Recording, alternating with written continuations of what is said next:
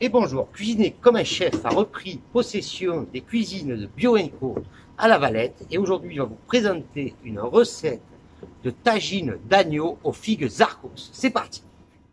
Pour ce magnifique tagine aux figues Zarcos, il vous faut du fenouil, du sésame complet grillé, du bouillon de poule, de l'huile d'olive, du miel, 2 belles épaules d'agneau, c'est un plat que j'ai préparé pour environ 15 personnes, des amandes blanchies du vrac, notre rayon magnifique, les figues Zarcos, du couscous complet, des petits pois frais à mettre par-dessus, des oignons, des carottes, du navet, des épices. C'est parti, on y va, on va commencer par découper l'agneau. Je commence donc par découper les épaules d'agneau que m'a préparé le chef William à la boucherie. Je les coupe donc en morceaux de cette taille-là, à peu près 2 cm sur 2 cm. Je découpe mes 2 épaules. Je fais donc chauffer 50 g d'huile d'olive dans une sauteuse et je rajoute mon agneau pour bien le faire revenir à feu vif. Je prépare donc maintenant ma garniture aromatique. Mon navet, je l'ai coupé en 2 déjà comme ça, après en 2 comme ça, et maintenant je le recoupe comme ceci.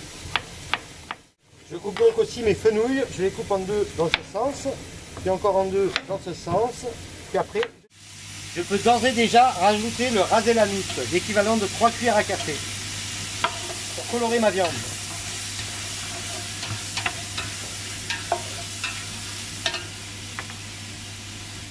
Je coupe donc aussi mes carottes en rondelles. J'émince également mon céleri, pas trop fin, comme le reste. Vous émincez également vos oignons. J'ai aussi l'équivalent de 3 cuillères d'ail. Votre agneau est bien revenu. Vous pouvez maintenant rajouter l'ail haché et la garniture aromatique, tout en même temps. Et on va bien laisser compoter la garniture avec l'agneau. En plus du miel, j'ai rajouté de l'eau juste à peine au-dessus des figues. Et je vais le laisser chauffer doucement jusqu'à ébullition pour les faire bien gonfler. Et je vais les rajouter après dans l'agneau une fois qu'il aura commencé à bouillir déjà une demi-heure. Dans un blender, j'ai mis une botte de persil, 2 bottes de basilic. J'aurais pu mettre de la coriandre, mais aujourd'hui nous n'en avons pas. Dedans, je vais rajouter ce mélange d'épices tagine de Marrakech qui est délicieux. Mon agneau et ma garniture aromatique ont bien compoté. Je les ai laissés environ 20 minutes. Au début, feu vif, après à feu doux. Vous voyez, ils sont déjà très jolis. Ils ont pris un peu de coloration avec les cuillères à café de ras el hanout. Maintenant, je vais rajouter mes épices, tagine de Marrakech et mes herbes et tout ça que j'ai mixé dans mon blender. Je rajoute par-dessus, vous voyez, comme ceci, d'un seul coup. Et je vais rajouter de l'eau à couvert de l'agneau comme d'habitude. Et dans une demi-heure, je vais rajouter mes figues. C'est parti. Il y aura une cuisson pour l'agneau de 1h30.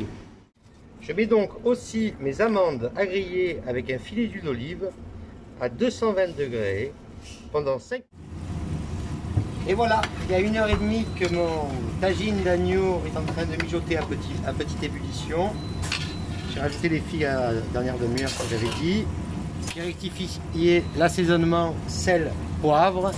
Maintenant, je vais le lier avec de la fécule de pommes de terre que j'ai déliée dans un peu d'eau froide, vous voyez, comme ça. Et je vais en mettre dans ma préparation pour épaissir juste un tout petit peu la sauce. Parce que c'est pas un couscous, c'est une tagine, je préfère que la sauce soit un petit peu plus épaisse.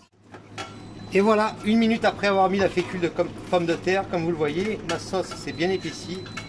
Mon tagine est prêt et délicieux. J'ai plus qu'à le servir avec mon couscous complet que j'ai fait, où j'ai mis 100 g de beurre, 50 g d'huile d'olive, 15 g de ras el hanout. J'ai mélangé et je verse par-dessus le double d'eau et je laisse s'épaissir la graine avant de la grainer.